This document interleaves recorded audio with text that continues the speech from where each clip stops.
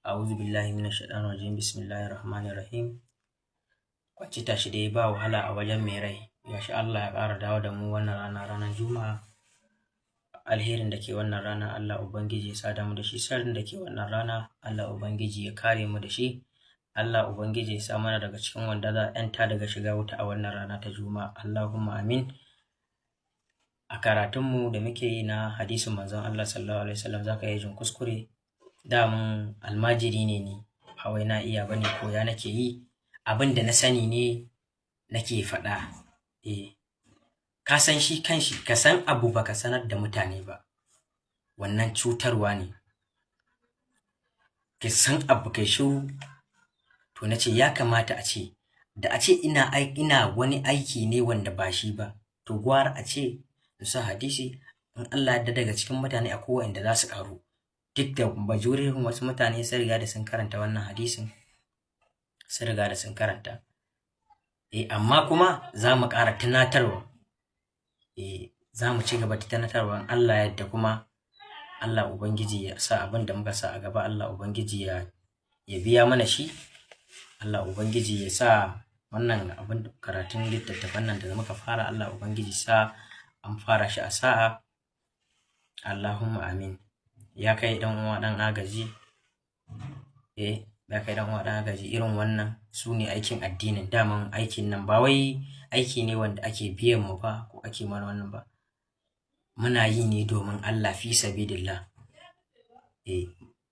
To Allah Ubangiji sa mu dace. Ba tare da ɓata lokaci ba za mu ci gaba da karatu kai tsaye a cikin littafin nan Kamsun Hadisi.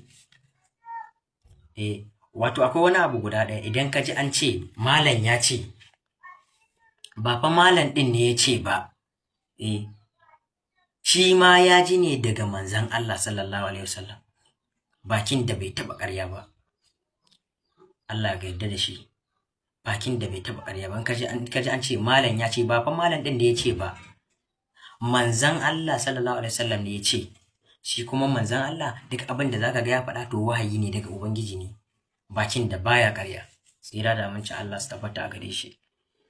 Al-hadisul sabi'u, hadisi na 7. Qala Rasulullahi sallallahu alaihi wasallam, manzon Allah tsira da aminci Allah su tabbata a gare shi ya ce, la yadkhulul jannata, ba zai shiga aljanna ba, illa nazifun, sai mai tsafta. Rawahu Dailami ne ya rawaito shi. Illa nazifun, da kaji an ce illa nazifun, sai mai tsafta. A iya fahimta na, in ka ji an ce tsafta kala biyu ne. Akwai tsafta na zuciya, akwai tsafta kuma na jiki. Menene tsafta na zuciya? Kamar ka tsarkake zuciyarka da tasbihin Ubangiji da subhanallah da yin salatin annabi, ka bar wayancan ayyukan da Allah Ubangiji ya hana, ya sa kar a yi, hana a daina, ka hana daga shi. Tsarki na zuciya kenan, tsafta kenan na zuciya. Ka tsaftace zuciyanka daga irin wancan kaba'irorin wannan aiki. Sannan akwai tsafta na jiki. Misali yau ba ranar Juma'a ba, to da zaka je Juma'an nan, sai kai wanka, kai tsaf da kai, ka tashi zuwa masallaci, saboda manzon Allah sallallahu alaihi wasallam ya ce ita Juma'a idi ne na miskinai. Kaman wanda ba shi da kuɗi haka ba zai iya zuwa idi ba, to aka ce idan ka samu sallan idi a sallan Juma'a tsawon kwana sau 40, ka misali kaman ka je ka yi sauke farali ne a Makka, kaman ka je ka sauke farali ne a Makka, to me ya kamata ya kai dan uwa? Sai kaga wani ya tashi zai je masallaci, kaga wani da kayan gareji ma zai tafi masallaci. Subhanallahi. Ya kai dan uwa musulmi, ka gyara. Har Juma'a ne.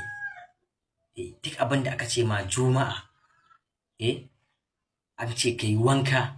Idan kana da sabon kaya, inda hali ka ɗauki sabon wannan kayan naka ka saka, ka tafi zuwa wannan masallacin. Yau za mu tsaya akan hadisi saboda ba lokaci. Za mu tsaya akan hadisi guda ɗaya. In Allah Ubangiji ya nuna mana wani Juma'a sai mu ci gaba. Abin da muka faɗa daidai, Allah Ubangiji ya ba mu lada, wanda muka yi kuskure karancin ilimi ne, Allah Ubangiji ya ji kanmu ya gafarta mana, Allah Ubangiji ya taimaki musulunci a musulmi, Allah ya karya kafirci da kafirai, Allah ya kashe mu a san Annabi Muhammad, Allah ya tashe mu a san Annabi Muhammad sallallahu alaihi wasallam. Wa subhanaka Allahumma bihamdik nashhadu an la ilaha illa anta nastaghfiruka wa natubu ilayk.